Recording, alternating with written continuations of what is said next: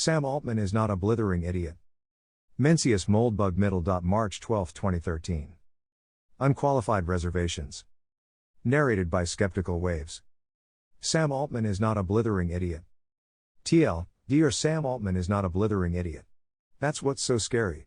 When the most elitist minds of a society are full of blithering idiocy, that society is probably doomed. It's normal for geniuses to be crazed. But Sam Altman, whom I don't know, but SF is a small town and I probably know someone who knows him, isn't a genius and he definitely isn't crazed.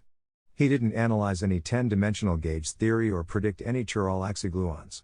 He's just an entrepreneur, i.e., a natural leader, a commodity which especially in our present dire straits is or at least ought to be worth a whole Bolivian prison full of cocaine-tooting particle physicists. What I find exceptionally terrifying is that Altman's blithering idiocy looks and sounds exactly like sober good sense. Read it. You'll agree. The basic problem with our society is a disconnect between consensus reality and actual reality. We actually have no shortage of natural leaders. But they cannot actually lead us anywhere. They are operating in consensus reality rather than actual reality. Their joysticks are not plugged in. When the consensus is nonsense, sober good sense is nonsense. Nonsense is no use to anyone. Really? Can blithering idiocy sound like sober good sense? Let's try some. All of that said, in absolute sense I'd much rather live in the world of today than 1950, it's tough for me to imagine living in a world without the internet. However, in the same way that one can feel acceleration but not velocity, people seem more sensitive to the annual rate of improvement than the absolute quality of life. So even though people should be happier in an absolutely better world, no one wants to stand still on the hedonic treadmill. Most of us want our lives to get better every year. The hedonic treadmill is a pain that way. The world of 1950. Oh honey. Okay, let's apply a gross reality check. You're an alien. You're observing Earth with an infinitely powerful telescope from Alpha Centauri. You have a simple question. Since 1950, has human civilization, or American civilization, which amounts to pretty much the same these days, advanced or declined? Apparently the easiest way for Sam Altman to answer the question is to trade it for a different one. He is not alone in this. He asks, since 1950, has human technology advanced or declined? Clearly, the alien, you, I, and Sam Altman all have the same answer to this question. Any question with an obvious answer is a stupid question. Is an iPad more advanced than a Smith Corona? Is a stupid question. Who asks stupid questions? Obviously, blithering idiots. But we can compose an interesting question by factoring out the stupid question. Which world would Sam Altman rather live in? 2013, with iPads and Internet? Or 1950, with iPads and Internet? In a sense, this 1950 is just as real as the real 1950. Neither exists. Sam Altman cannot pack his bags and move to either the real 1950 or my imaginary Super 1950. Both exist only as thought experiments. It is not hard to construct or define the Super 1950, though one run of a time machine, with a printout of Wikipedia, would be pretty much all the real 1950 needed. Send the technology back to 1945, and you'll have iPads by 55 at the latest. Those guys got things done. The interesting, and scary, question this thought experiment asks is whether, aside from technical progress, human civilization has advanced or declined since 1950. In actual reality, this too is a stupid question. The answer is no less obvious, I assert. But consensus reality thinks I'm crazy. So with stupid we must begin. Aside from technical progress, has human civilization advanced or declined since 1950? By what criterion? If Moore's law is not our benchmark of a successful civilization, what is? Sam Altman has his answer. The hedonic treadmill. Never having sold a startup for $43 mil, there are many subtle, refined and delicious forms of hedonism of which I am as innocent as a cat of tennis. But allowing, for a moment, this implicit assumption that the purpose of civilization is the satisfaction of human desires, we can refer only to Maslow's pyramid of needs. At the base of the pyramid are air, water and food. How does 2013 do at supplying oxygen, hydration and nutrition? How did 1950 do? Just fine. Gentlemen, a draw. The food of 2013 is certainly tastier than that of 1950, at least in America. But this is not the base of the pyramid. Next up, safety and security. All right, gentlemen. Let's have another thought experiment. Picture the Earth, our beautiful, blue, Spinning globe. Take all the habitable land area and color it white, as a neutral background for our thought experiment. Now, select the subset of this beautiful planet on which a sober, sensible, civilized person, such as Sam Altman, would consider it prudent and safe to wander, on foot and alone, carrying his iPad, at night. Leave that part white. Color the other part brown. Then, from the brown subset, select the further subset in which Sam Altman, carrying his iPad, would not consider it prudent and safe to wander in the daytime. Color that part black. Why can't Google Maps do this? Then do the same for Sam Altman's grandfather, in 1950, with his portable Smith Corona. Then, repeat the exercise for 1900. Part of the reason this is such a useful mental exercise, and unfortunately such a difficult one, is that it requires you to actually know what the world was like in 1950 or 1900. If your way of getting this information starts with statistical tables, or doing it wrong, there are these things called books which will help you out. If you perform this exercise accurately, or at least if you get the same results as me, you'll see a 20C quite indistinguishable from stage 3 melanoma. And this progress continues, to rousing applause and general self-congratulation, right up into our own dear official NEET-approved 2013. Hey, been to Egypt lately? What's that Google guy up to these days? Is he still tweeting? Speaking of Twitter, I experience this reality check in person every day. My daughter's preschool is at 10th and Howard, 2 blocks from Twitter HQ. It's actually not too hard to park at 10th and Howard. So the average number of what my daughter calls dangerous persons, and what to an ordinary grown-up are basically indistinguishable from zombies, that I and my bubbly daughter have to navigate around between the car door and the security guard is. I don't know. 1.3? 1.7? It can't be much more than 2. They're just zombies, and really they're not that dangerous.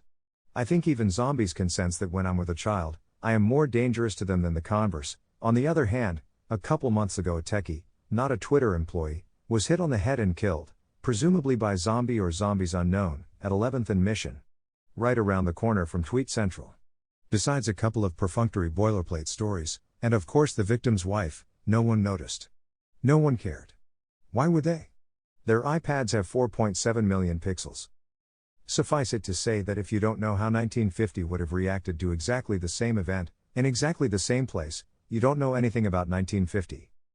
Actually, my daughter's preschool is literally in a ruin that is, a nicely renovated space which used to be part of a Catholic church. The preschool is the former convent. The rest of the church remains a ruin proper. Where are the people who used to pray in this church? They fled. Why? Because they were afraid for their physical safety. I know. It's gauche to even bring this kind of stuff up. It's not part of our consensus reality. It's not part of our consensus history. When it comes to actual history, however, the global decline of security in the second half of the 20th century is, I assert, the salient phenomenon of our era. Much as the fall of the Roman Empire is the salient phenomenon of 4th century AD Europe. Note that while our historians would desperately love to find just one, member of the exquisitely literate 4th century AD European culture who would even mention that the Roman Empire was falling apart, no such luck. It's all wall-to-wall Prudentius and Sidonius. Consider our alien in Alpha Centauri. His telescope is just a telescope. He no speak of the English. He is absolutely invulnerable to our most respected propaganda authorities and in particular has no way to read the great Harvard scholar Steven Pinker, truly a Prudentius for our age, who has discovered through elaborate statistical models that the 20C was not, in fact, the golden age of titanic mass murder and brazen petty crime, but the dawning of a new age of Aquarius in which all will have peace and prosperity. Even Pinker is a piker next to the Times, which has published at least 547 stories about NYC's miraculous conquest of its blatantly managed crime statistics, and precisely 2 about the hospital statistics which show a parallel doubling in actual assault victims. It's always so easy to lie to those who want to be lied to, you hardly even need statistics. But his is an excellent telescope. So our alien can see the fact that many parts of all, and all parts of some, American cities that were thriving in 1950, have now fallen into chaos and ruin. On the other hand, he can gaze admiringly at the thriving cafes of University Avenue in Palo Alto, Ausonius Moselle born anew, full of beautiful young people adoring the perfectly anti-aliased individual sub-pixels of their new Retina iPads. Which of these phenomena will he find more relevant? Which is the narrative, which the distraction? Continuing the comparison to the fall of Rome, one of the interesting features we see is that while technological competence is certainly an indicator of a successful civilization, it is also a lagging indicator. Civilization produces technology, not the other way around. When civilization falls, technology is not the first but the last thing to fall. Yes, technology does decline in the fall of Rome. No, it has not declined in our era, though its advance has certainly slowed a great deal. But the centuries of European technology decline are 400 to 700 AD, a point at which surely any historian would admit that the Roman polity has already been going to the dogs for 2 centuries minimum. Am I too hard on Sam Altman? After all, he admits there's a problem. He doesn't admit this problem, but isn't his point basically the same? That something isn't working? My America is going to the dogs and lies in ruins all around me. His America has just turned the friction up too high on its hedonic treadmill. But it's the same, isn't it? Sort of. Realizing that something in the 20th century model of governance, as taught by the best and brightest of Harvard, Stanford, the NEAT and other fine institutions of papally infallible veracity, isn't working out quite right, is indeed a step in the right direction. Everybody's going to have their own particular beef. Mine, as we've seen, is that 75 years of this rigorously scientific system of government has reduced what was once America's 4th largest city to a demon-haunted slum, and while extreme, this outcome is anything but an exception. But so far as I can tell, from the Sam Altman perspective, this is just a nitpick. Or maybe it's really sad, but would have happened to any regime. Napoleon, Cato the Elder, Pericles, Peter the Great, morons. None of them could have done a damn thing to save Detroit, Oakland, Baltimore, etc., not where Harvard failed. It's always easy to attribute bad outcomes to irresistible forces of nature, acts of God, etc., even if you can't identify the force of nature and you don't believe in God. No, Sam Altman is concerned with something entirely different. He is concerned with a number. This number is about 2, he asserts, when it should be more like 5. He calls this number growth. Or to be more exact, an even more interesting number, real growth. Growth is of course a good thing, especially if you're a startup, but unless you're a tumor. Once again, this remarkable number, GDP growth, is an essential part of the 20C tradition of economic governance. Where would we be without Abba Lerner? Well, I don't know. Where would Detroit be without Abba Lerner? Where was Detroit before Abba Lerner?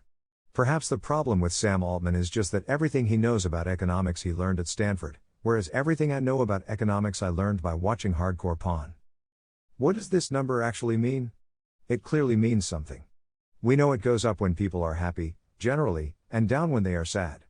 Perhaps the great historical puzzle of the 20C is the need to explain this strange phenomenon, broadly defined, of Keynesian economics, which on the one hand seems to make no sense at all, but on the other hand seems to, kind of, work. At least on a local level.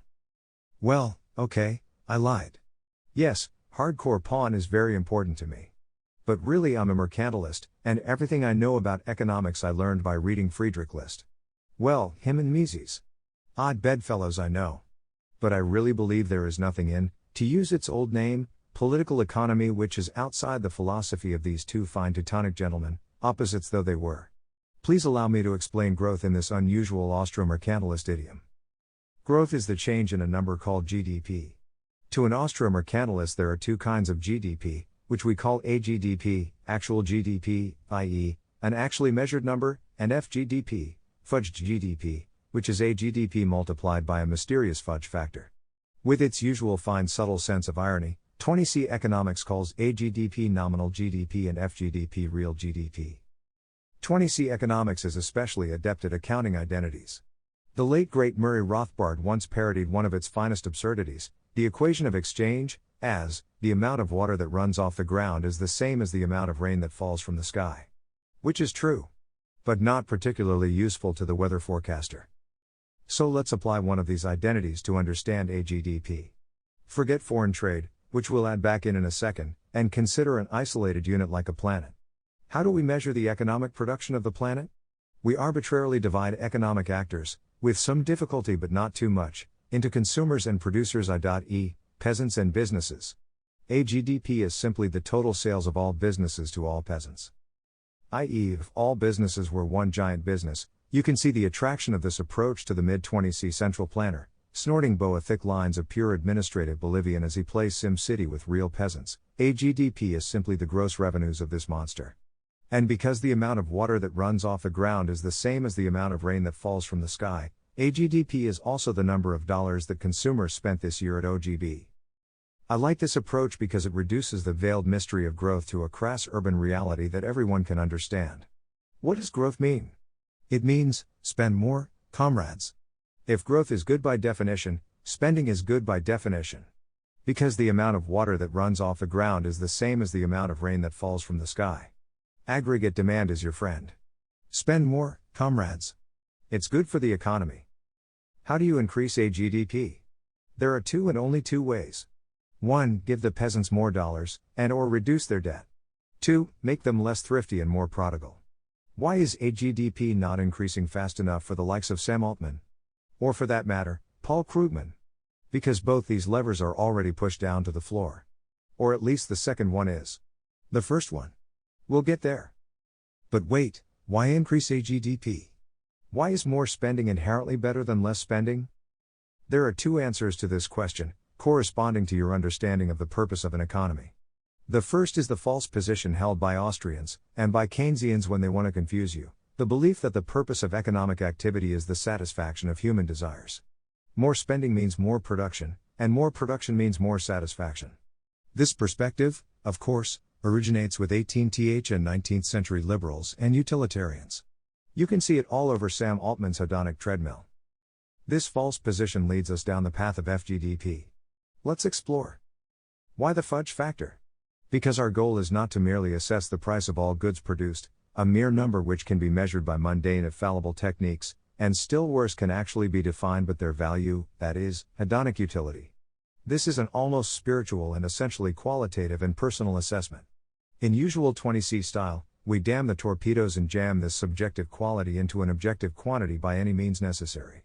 Otherwise, how would we model it? For example, how much more fun of a computer is an iPad than an Apple II? Is it 37.6 times more fun? Or 198.2 times more fun? Or even 547.9? It would seem clear, to anyone not a blithering idiot, that any process which claims to be able to derive any such number is retarded at best and may well constitute felony math abuse. Not at all. The Bureau of Labor Statistics is, in fact, in possession of exactly this figure. Here's how they do it. Since Apple was selling computers continuously from Apple II to iPad, we can look at the period when both the Apple II and Apple III were on sale, divide the list price of the Apple III by the Apple II, later, the Mac 512K by the Apple III, and so on until we reach the iPad.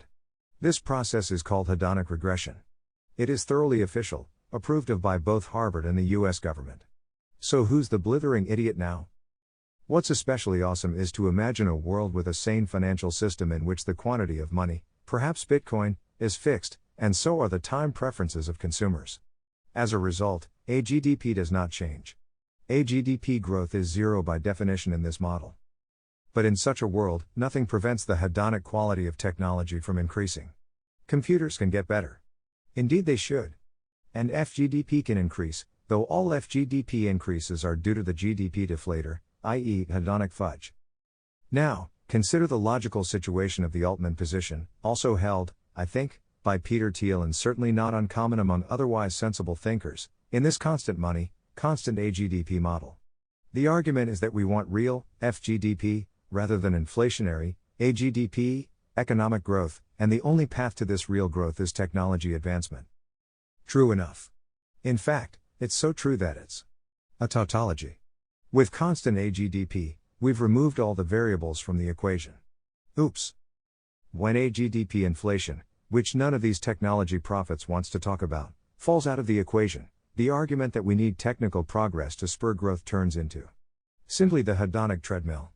It expands to 2013 isn't fun enough, so let's get more and better technology to make 2014 more fun than 2013, because otherwise our fun sensors are all burned out and 2014 will be boring. Well, sure. I, for instance, am seriously confused about why everyone in 2013 is still wearing headphones with wires. What's with Bluetooth A2DP? Doesn't it work? And definitely, they should speed it up with that Google Glass thing. If that ain't hedonic, I don't know what is. Especially when it comes to PR0N. Certainly the BLS is falling down on the job if PR0N isn't part of their GDP deflator. OMG, PR0N, what could be more hedonic than PR0N? Google Glass plus PR0N, that's what. As Glenn Reynolds puts it, faster, please. But, this 2013 isn't fun enough argument really doesn't tell us anything at all about why Detroit is a ruin. It doesn't tell us why Baltimore is a ruin. It doesn't tell us why Oakland is a ruin. It doesn't tell us why Stockton is sinking into the Sacramento River, or why Newark could absorb all of Mark Zuckerberg's personal net worth without becoming anything at all like Cherry Hill. What's happened here is that, starting with an absurdity, we have reasoned ourselves into nonsense. Or at least, into PR0N. Our premise was that the purpose of economic activity is hedonism, i.e., the satisfaction of human desires. Certainly, technology can satisfy human desires. PR0N can too, and so can heroin. In fact, it would be interesting if the BLS could determine which is more hedonic, the original iPad, plus heroin, or the Retina with 4.7 million pixels and maybe just a little codeine to take the edge off. This could be computed easily, and with impeccable quantitative rigor, by combining Apple price series with the latest data from Silk Road. This absurdity happens to be the consensus reality. Yet it is no less absurd. Let's put on our John Carpenter sunglasses and look at the real reality, terrifying though it is.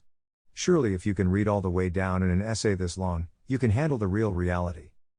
In actual reality, we are trying to answer the question, how should America be governed? We are therefore reasoning from the perspective of the state. Since sovereignty is conserved, the state is always and everywhere absolute and omnipotent. Therefore, the hedonic satisfaction of its citizens, who are in fact its slaves, is not and cannot be a goal. It may be a means to an end, of course. As when we administer heroin through the barracks water supply to reward Camp Number 127 for exceeding its uranium production targets 3 months in a row. Well, see. I told you reality was scary. I don't actually believe absolute government, which is always and everywhere the reality, implies totalitarian government. USG is an absolute government as well. I am not a big USG fan. But I don't seem to find myself in the uranium mines. In general, the classic 20C phenomena of totalitarianism appears not in absolute governments that are secure and invulnerable, but in extremely weak ones that in consequence have to take extraordinary measures to repress their enemies. This, among other things, is the difference between Louis XIV and Stalin. USG's great virtue is that its monopoly of power is far more secure than Louis XIV's, so it doesn't have to give a damn what I post on my stupid blog. But if we are analyzing real governments in the real world, our financial analysis has to be rooted in political reality. The political reality is that citizens are not owners of their government, but rather assets, in other words, slaves. Our only hope is for a regime that's more Thomas Jefferson and less Simon Legree. Fortunately, as we'll see, this analysis aligns the financial interests of the state with our own interests as human beings. What are the financial interests of the absolute state? To maximize the value of its productive assets. The state's assets are A. Land and buildings, B. Equipment, and C. Human chattel. We understand how to value and manage A and D just fine.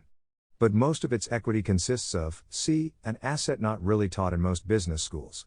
Fortunately, you still have those yellow old stacks of DeBoe's Review. There is another way to ask whether, excluding advances in technology, which do fall under C, since technology is a human ability, but hard to monopolize, America is a more valuable nation in 2013 than it was in 1950. We can ask, is the average American a better human being than his or her ancestors of 1950? i.e., has the USG cultivated its human capital, or wasted it? For example, is this person, this asset, this slave, a harder worker? We'll assume the state cannot change his IQ, because I have seen no evidence that it can, but is he more knowledgeable? Is he more moral, more physically healthy, wiser and more prudent? A better father, a better mother? Again, I believe the answer is obvious. There are certainly some ways in which the average American of 2013 is a better person than his grandfather. He is probably a better feminist, for instance. He is much less likely to be an anti-Semite, homophobe, etc. These factors don't really affect his economic value, but perhaps they're worth mentioning anyway. On the other hand, the American of 2013 is much more likely to be a meth head, a thug or hoe, a worthless trustafarian slacker, etc., etc., etc. Especially when we look at non-elite ethnic subpopulations, Cracker Scots Irish, African Americans, etc. Though if we listen to Ron Unz, even the Jews are going to the dogs. I don't think any serious person could really claim that the average American is superior as a human being to his grandparents. You might as well assert that the original iPad was greatness, but this Retina crap they're making these days is just lame. What's notable about this interpretation is that, Again, your interests and your governments are just about perfectly aligned. You don't want to be a heroin addict. Washington doesn't want its slaves to be heroin addicts. You want to be a better person, more informed, more reliable, more capable. As a better person, you are a better and more valuable capital asset. You augment your government's market cap. Back to Sam Altman. Most of us want our lives to get better every year. The hedonic treadmill is a pain that way. As hedonic implies, better means more fun. Obviously, this is the attitude you'd expect from someone born in the Bush administration. Could it be any other way? Us old Nixon fogies have pretty much exhausted the hedonic treadmill. There's not much left of your hedonic treadmill after the 17th time cleaning up baby Hork in the middle of the night. At that point, yes, new parents, it does get better. A nice glass of wine and a dinner out with your wife is more or less the hedonic equivalent of a meth-fueled three-way with strippers. Most of us want to become better people every year. We're pretty confident, perhaps falsely, that this will lead to more hedonic rewards in the long run, or at least has the best chance of doing so. But this isn't the goal. The goal, believe it or not, is to become better people. And ideally our children will be even better than us. So again, the market cap goes up. Everything I'm saying here, including the economics, was said by Carlyle more than 150 years ago, notably in Chartism. The apotheosis of the hedonic principle is the immortal pig philosophy. Briefly, Carlyle tells us, the difference between man and beast is that maximization of hedonic utility is always and everywhere the method of a beast. Not coincidentally, it is also the method of a toddler. And it is also the method of the Austrian economist, although he at least realizes that the utility function is qualitative and subjective rather than quantitative and objective, and adds time preference. To Mises and Rothbard, the human being as economic actor is a very smart pig, often willing to exchange less slop today for more slop tomorrow. This is not at all the view of Carlyle, nor is it the view of List. Of course, from the economic perspective of the state, slop production is all that matters. But the human being is not only an economic actor, nor is the state only an agency of production. What we'd really like to see is a model in which there is no tension between pig philosophy, which must be acknowledged as true, and actual human civilization. We are now in a position to attack the mystery of growth. Why, if economic hedonism is such a shallow and easily debunked philosophy, do so many people take growth so seriously? All subterfuges and evasions to the contrary, the basic economic problem faced by 20th century governments, somewhat less in the 19C, far more in the 21C, is unemployment. The cause of unemployment is simple: in an industrial economy, most human beings are economically useless. They are not productive assets at all. They are liabilities. For a brief transitional period, they could still be used as industrial robots. This period is close to its end. For instance, suppose a Sam Altman were given plenary power over the U.S. economy, reorganized into one giant business. His mission: cut costs, while maintaining production. His methods: eliminate white-collar busywork, real estate agents, lawyers, medical billing clerks, etc. Replace human industrial robots with actual industrial robots, and when all else fails, replace high-cost American labor with low-cost Indians housed in barracks and fed only on lentils, Dubai style. Does anyone doubt that aggressive and autocratic application of these methods could reduce U.S. employment by 5 to 10% a year for at least a decade? Indeed, as the singularity nears, the future of work becomes clear. There is an IQ threshold below which any human, no matter how cheap to feed, is a liability. Classic unskilled manual labor remains productive in some domains: gardening, house cleaning, and so on. Perhaps this will be true for another decade or two. It will not be true indefinitely. As the machines get smarter, assuming they get smarter, the threshold will rise. Eventually, the only human beings worth employing will be Sam Altman and his friends. Then, at last, even they will be laid off. Universal unemployment is the definition of the singularity. Now, it's important to note that from a strictly economic perspective, there is no problem here at all. The absolute state as pig philosopher has a simple answer. As Stalin put it, no person, no problem. These surplus human robots can simply be sacrificed, like worn-out lab mice. At this point they stop being liabilities and become assets again, since they can be sold as organs or at least organ meats. Certainly, when the state itself becomes a computer, this logic will be irresistible. Let's call this approach to human liabilities Solution A. From a political perspective, Solution A is a non-starter. Hopefully it will always remain a non-starter. If we are entirely wedded to pig philosophy, we can explain this by saying that sacrificing human liabilities, especially within earshot, actually damages the capital value of the non-sacrificed pigs, because it terrifies and demoralizes them. But is this true? Might it not motivate them, instead? Whatever.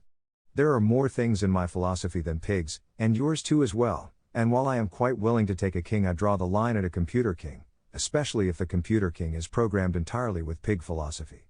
Since I am more tolerant in this regard than most, I just don't see solution A happening. We move on to solution B, which I think is the solution most people believe in. Work? Who the hell wants to work? Work is anti-hedonic by definition. If it didn't have negative utility, it wouldn't be work. So, it's supposed to be a problem that in the future, work will be obsolete and we'll be able to produce goods and services without any human labor at all? That doesn't sound like a problem to me. It sounds like a victory. The problem with solution B is that we've already tried it, quite extensively. You see solution B every time you go to the grocery store. Next to the button marked debit/credit is one marked EBT. Ever press that one? Even just by mistake? It's the solution B button. America has entire cities that have moved beyond anti-hedonic labor disutility and entered the gleaming future of solution B. One of them is called Detroit. Solution B is not the culmination of human civilization, it turns out, but its destruction. Even in terms of mere pig philosophy, it is destructive, because it ruins a human asset. If we appraise humans as robots, we see that this is a special kind of robot. It rusts up if not continually operating. As beasts, we are beasts who evolved to work. Our species achieved world domination as a result of our capacity for work. To feed and entertain a human being, without requiring productive effort or at least some simulation of it, is in the end just a way to destroy him, not too different from solution A. There are some human beings, Sam Altman presumably among them, who are natural aristocrats. They can acquire the resources they would need to never work again, and still continue to work. While this is lovely, we need to face the reality that the human species is what it is. The population does not consist largely or even significantly of natural aristocrats. Not, for instance, in Detroit. Dead corpses, the rotting body of a brother man, whom fate or unjust men have killed, this is not a pleasant spectacle. But what say you to the dead soul of a man, in a body which still pretends to be vigorously alive, and can drink rum? Carlyle knew all about hardcore pawn. Beyond the creepy A and B, all solutions to the problem involve a state which compels, through economic or other means, it hardly matters, humans who are not economically productive to submit to work or some simulation thereof. For instance, especially with the Oculus Rift, technology is beginning to present us with a solution C, which combines physical imprisonment with virtual enrichment. It's not clear what a life-scale virtual environment would consist of, but it would surely involve work or something like it. I don't find solution C particularly creepy, but I may be alone in this. It is certainly less creepy than A or B. I suspect that if it was done right, the customers would vastly prefer it to their present vile circumstances. But I also suspect it will never happen. Beyond A, B, and C, we enter the domain of solutions which involve distorting labor markets to integrate these human liabilities into some semblance of a normal institution of production. Solution D is the obvious approach and has been practiced by regimes around the world since Cheops was a little boy, to keep the peasants fit, healthy and happy, pay them to do otherwise unnecessary work. Like, building pyramids. There is an apocryphal anecdote which illustrates solution D perfectly. It probably never happened. A famous American economist, Milton Friedman, perhaps, is visiting China, perhaps in the 80s, and sees a construction project where workers are digging a canal, with picks and shovels. Why not use bulldozers? The economist suggests. But Professor Friedman, his host points out, this is a jobs project. Oh. Says the apocryphal professor. Well, in that case, why are they using picks? Why not give them spoons? While this is meant to illustrate the supposed idiocy of solution D, it actually illustrates the design space. The purpose of solution D is to lose as little money as possible, while maintaining the human quality of your assets and preventing them from degenerating into hardcore pawn customers, 10th Street zombies or other revolting parodies of the human condition. Digging ditches with appropriate hand tools is a simple and almost ennobling, in its own small way, form of manual labor which is ideally suited to the condition of most humans, delicate aristocrats perhaps excepted. It is possible to construct make-work for delicate aristocrats, but it takes more imagination. Digging ditches with spoons is a degrading punishment appropriate only for refractory pedophiles. Since there is never any shortage of ditches you'd rather have than not, there is no need to issue spoons, unless the purpose of the project is exemplary degradation. So what's the problem? Why isn't USG sending its millions of gangsters, its hundreds of thousands of zombies, and its uncountable hordes of ordinary young people who just can't find a damn job, to self-improvement through labor facilities where they create gleaming new national parks, which no one ever visits, on the North Slope of Alaska? It might seem illiberal, but it can't be. FDR did it. In general, make-work programs are restricted to strong governments. Ours is a large government, but by no means a strong one. FDR's was a strong one. When a strong government wants to create jobs, it just hires people. If the product is useless and the work is just make-work, it says so. The strong are confident and can tell the truth. A weak government has to shroud the truth in a cloak of lies. It has to convincingly pretend that our great nation may be doomed without substantial and immediate improvements to gates of the Arctic National Park. Oddly, make-work, a superior solution by any standard, is a softer political target than good old solution B welfare. Make-work has to be defended by lies, whereas welfare is indefensible. The defenders of welfare are therefore forced into the brazen fortress of property. They and their clients must assert that they are entitled to these emoluments, which is of course the one thing they ain't. But, having established adverse possession, they make a pretty good go of retaining it. Politically, the ideal way to apply Solution D is to make the actual work as separate as possible from the source of funding. This brings us back to GDP and growth. You didn't think we were digressing, did you? Politically, the best way to fund and operate make-work is to make it indistinguishable from the rest of the economy.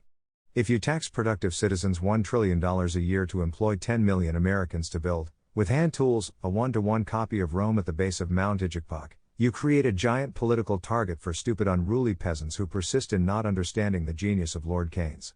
If instead, you manage to inflate aggregate consumer spending by $1 trillion, you create ordinary jobs for ordinary Americans all across America, because where does that $1 trillion go? Some of it winds up as profit, of course, but most of it goes into the costs of production, i.e., labor costs. i.e., creating jobs. The love is spread all over the country as a delicious buttery layer of prosperity. No one votes against prosperity. Ever. Of course, you're still annoying the people you tax. Nor is it possible to pump tax money directly into consumer spending. It has to go through government spending instead. This makes two targets, the taxation and the spending. It can be managed. But it also can be improved. Suppose you borrow instead of taxing? This is better because no one feels the bite. However, government borrowing, which, as we've discovered, is identical in every way to mere money printing, i.e., equity issuance, since fiat currency is government equity and there is no real accounting distinction between Fed and Treasury, or between Fed notes and Treasury obligations, still has a downside. The downside is that it's reported and has to appear in the newspapers, alarming the stupid peasants who persist in not understanding the genius of Lord Keynes, instead believing that Washington has to pay back its debts as though it were some stupid peasant. Moreover, even the most dedicated bureaucrat who is more Keynesian than Keynes himself feels a slight sense of alarm about the indiscriminate use of this privilege, because somewhere in the back of his reptile brain he understands what he is doing, imposing a stealth capital levy on the wealthy, by diluting the dollar supply. Suppose dollar holders evaded this tax, which after all is a tax, by switching to some other monetary asset. Gold? Bitcoin? Hannes Wagner baseball cards. Besides, if the dollars have to pass through Washington, the spending side remains a target.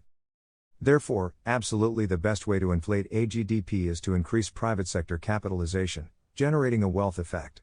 Moreover, there are two ways to do this, since there are two forms of capital asset, debt and equity. Debt is dangerous because it has to be paid back.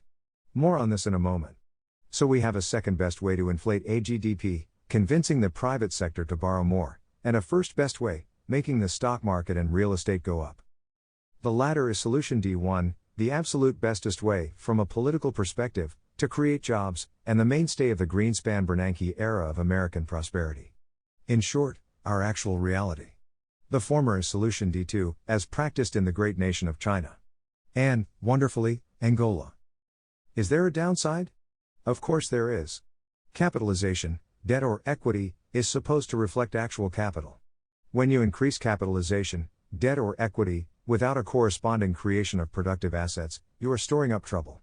Excessive market cap is like nuclear waste. If it gets out, as in 2008, you have a problem. Fortunately, this problem can always be solved by Solution D3, printing money to buy nuclear waste. Note that all of this is a question of financial alchemy. None of it has anything at all to do with the resolution on your iPad, or other technology ingredients that go into computing the FGDP hedonic deflator. It is all a matter of AGDP. It's true that AGDP inflation is reflected in FGDP, but the number that matters is AGDP, the quantity of money, not the quality of products. If you try to solve the problem of inadequate AGDP inflation by improving the GDP deflator, i.e., by better technology, you are committing cargo cult economics. You are trying to cause a cause with an effect.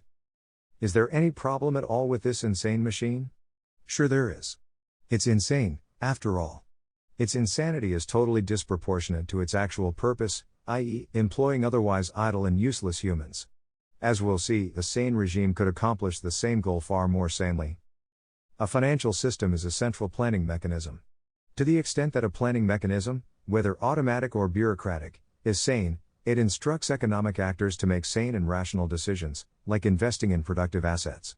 To the extent that it instructs economic actors to do insane things, like building empty cities in the middle of Mongolia, its automatic and supposedly free market nature is no different from the bureaucratic insanity of a Gosplan, or the autocratic insanity of a Ufweboini.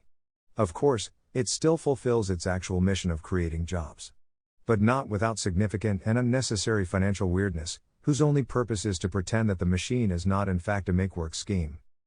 In America, the consequence of job creation through AGDP inflation is the notorious FIRE economy, a central planning system in which the only income source is asset price inflation, and the employment created involves Mexican immigrants installing granite countertops and nice white ladies selling real estate to each other.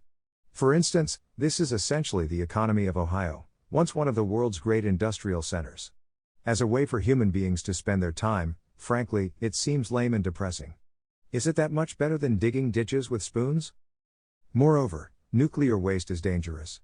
A critical point is passed in an event like that of 2008, which might be described as the transition from debt capitalism to debt communism. Under debt capitalism, it is possible to sustain the illusion that both borrower and lender are private sector agents. Under debt communism, a state we have now attained, borrowing remains a private action, but the Fed is now and forever the lender of first resort. The bottom line is that in business terms, what's wrong with the American economy is very simple. It loses money. In order to keep operating on an even keel, it needs to borrow roughly $1.2 trillion a year. In other words, we have a simple way to get 2% AGDP growth per year, expand the debt bomb by 2% a year. We can also inflate the stock and real estate markets, which is better, of course, because equity does not create obligations. It's a way of enriching the rich at the expense of the poor, but hey, what else is new? A money-losing economy, like a money-losing restaurant, sucks. It sucks in all kinds of ways that have no apparent connection to finance. The entire dining experience is grim. This, indeed, is the experience of the entire old economy outside the little bubbles of Silicon Valley and Wall Street. My in-laws live in Columbus. Columbus sucks. Even with Chairman Ben's $85 billion a month bond buying recovery. It is more and more palpably a Soviet restaurant. The fantasy of the money-losing economy, like that of the money-losing restaurant, is that if enough money is pumped in, eventually the pump will be primed and the engine will restart on its own. On this theory, America has been expanding its debt bomb since the 1930s. It's not working. I'd be happy to bet any sum of money on what would happen if Chairman Ben turned off the K. If you are into professional betting, bet on zero interest rates for the infinite future. Capitalism with zero interest rates is a mockery and a monstrosity, but there is no alternative within the system. Worse, we will face a 2008 all over again when the private sector's debt becomes so large that even borrowing from an infinite lender is no longer a market operation. Goldman Sachs can borrow at 0%, but you can't. Debt has to be serviced. Debt saturation happens. When it happens, debt deflation begins, and in a debt deflation phase, even borrowing at 0% is no longer a market operation. Once debt deflation begins, there is no alternative but reflation by direct government spending, in the classic Bernanke helicopter mode. While the political system is always capable of helicopter drops in theory, it may not be capable of it in practice. And if it can achieve direct inflation, it has still entered a purely Soviet mode in which all investment is directed by the state. And all this, just so that marginally employable Americans with an IQ of 95 can have jobs. Which many of them can. Evaluated as a job creation mechanism, which is what it is, this insane financial inflation machine earns no better than a C. Granted, it has put us so far behind the debt 8 ball that if you turn it off, You go straight from C to F. Which was about to happen in 2008 before Bernanke fired up his helicopter. It's a trap. And the bait isn't even that tasty. So are there other solutions? Is there a solution E? An F? Well, sure. They're not politically possible. Nothing other than what we're doing now is politically possible, at least, not without regime change. As Hunter S. Thompson put it, that bothers me the way VD bothers a Hell's Angel. If not less. E is a factor we left out, foreign trade.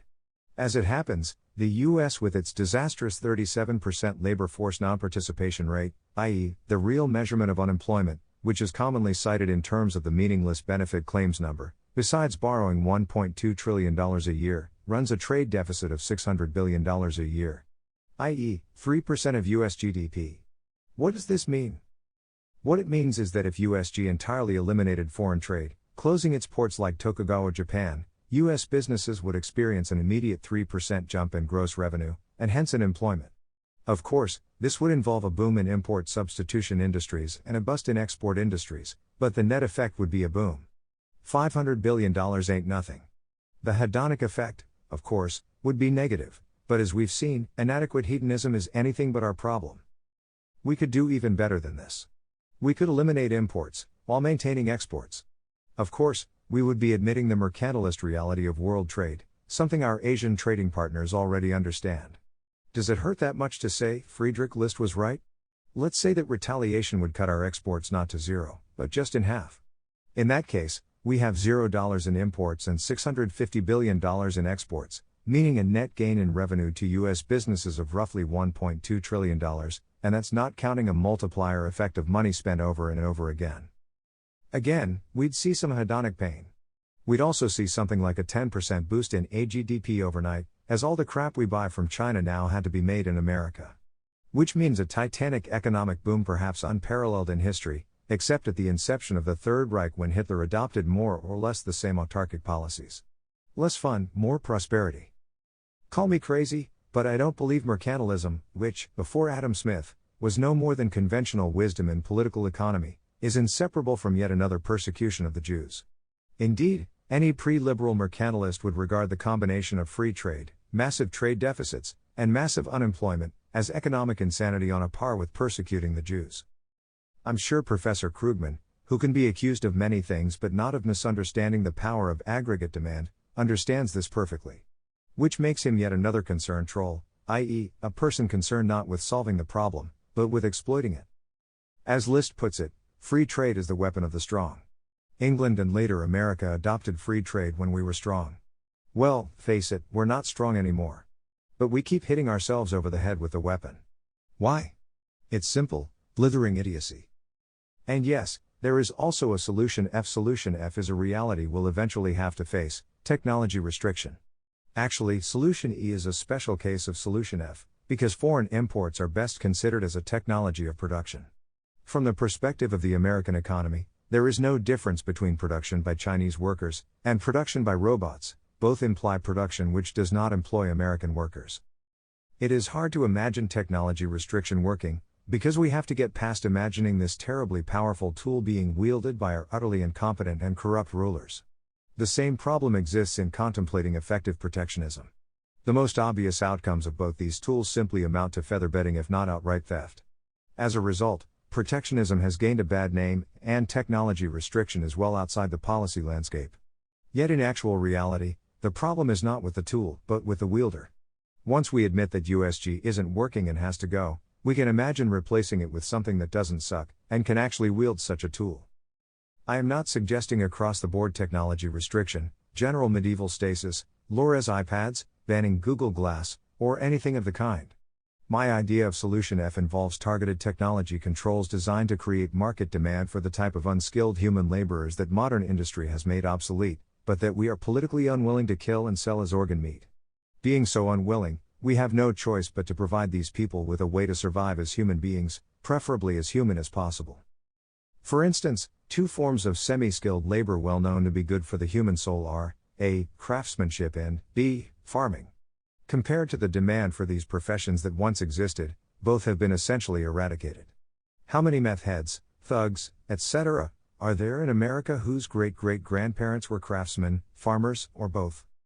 Consider one targeted technology restriction: no plastic toys. If my children are going to have toys, these toys will be made from wood, with hand tools, by Americans, in America. Results: A. Negative financial impact on parents who need to buy toys for their children, and might have to increase their toy budgets. B. Negative hedonic impact on children, whose toy bins are no longer filled with brightly colored Chinese plastic crap. C. Negative economic impact on China, which is not our country, so who cares? D. Gigantic economic boom in the American wooden toy industry, providing employment to any fool who can whittle. How can anyone contemplating these outcomes not agree with me that D. considerably outweighs the sum of A, B, and C? Or take agricultural labor, for which an arbitrary level of demand can be created simply by banning industrial farming techniques. Every ghetto rat in America today could find employment as an organic slow food artisan. Crap, even a 10th Street zombie can milk cows.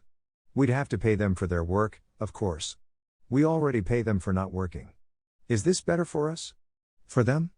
WTF, America? Is this unrealistic? Of course it's unrealistic. To be exact, it is completely inconsistent with consensus reality, to the point of seeming utterly bizarre. I doubt a Sam Altman would even be able to evaluate it. Normal sane people, especially rich ones, are socially well integrated and live in consensus reality, i.e., a Plato's cave of pure blithering idiocy. And yet, I assert, in actual reality, my solutions E and F are slam dunk no-brainers. We'd still need a way to safely shut down the solution D debt bomb, but that's a matter for another post. Will this gap ever be bridged? Will we ever escape from the 20th century? Almost certainly not.